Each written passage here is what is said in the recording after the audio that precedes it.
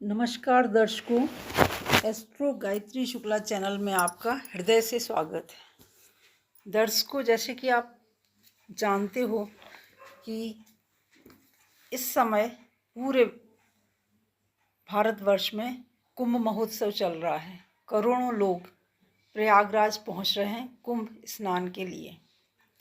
तो आज का मेरा टॉपिक यही है कि कुंभ स्नान से क्या सच में मोक्ष प्राप्त हो जाता है।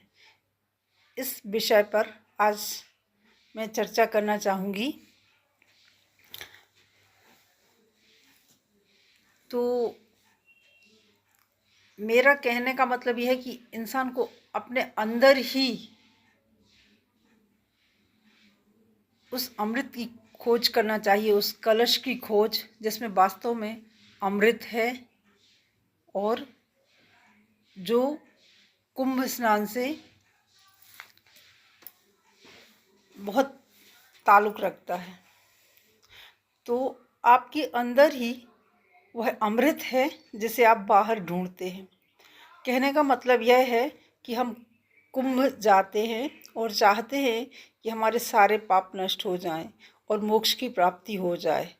वास्तविक मोक्ष की प्राप्ति के लिए व्यक्ति को अंदर की तरफ यात्रा करनी होती है।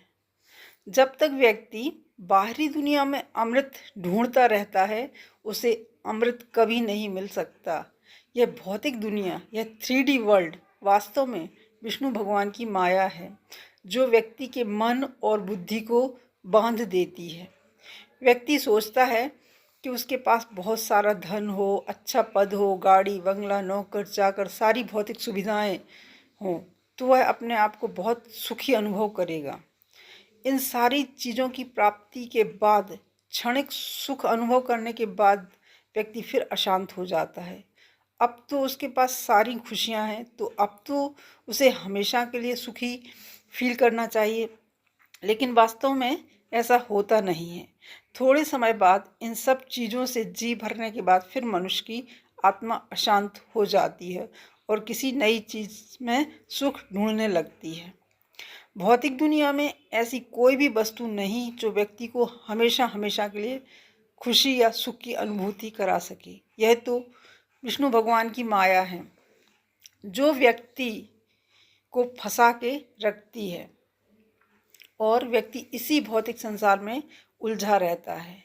जब भगवान श्री हरि किसी व्यक्ति के ऊपर से अपनी माया को हटा देते हैं, तो उस व्यक्ति की आत्मा उसके अंदर बैठे हुए परमात्मा को अच्छी तरह से पहचान लेती है। जब आत्मा का परमात्मा से साक्षात्कार हो जाता है, तो उस आत्मा को परम आनंद की प्राप्ति हो जाती है। ऐसा स्थायी आनंद जिसे कोई छीन नहीं सकता, जो कभी खत्म नहीं होता, जिसकी प्राप्ति के बाद व्यक्ति को अन्य किसी चीज़ की प्राप्ति की चाह ही नहीं रहती।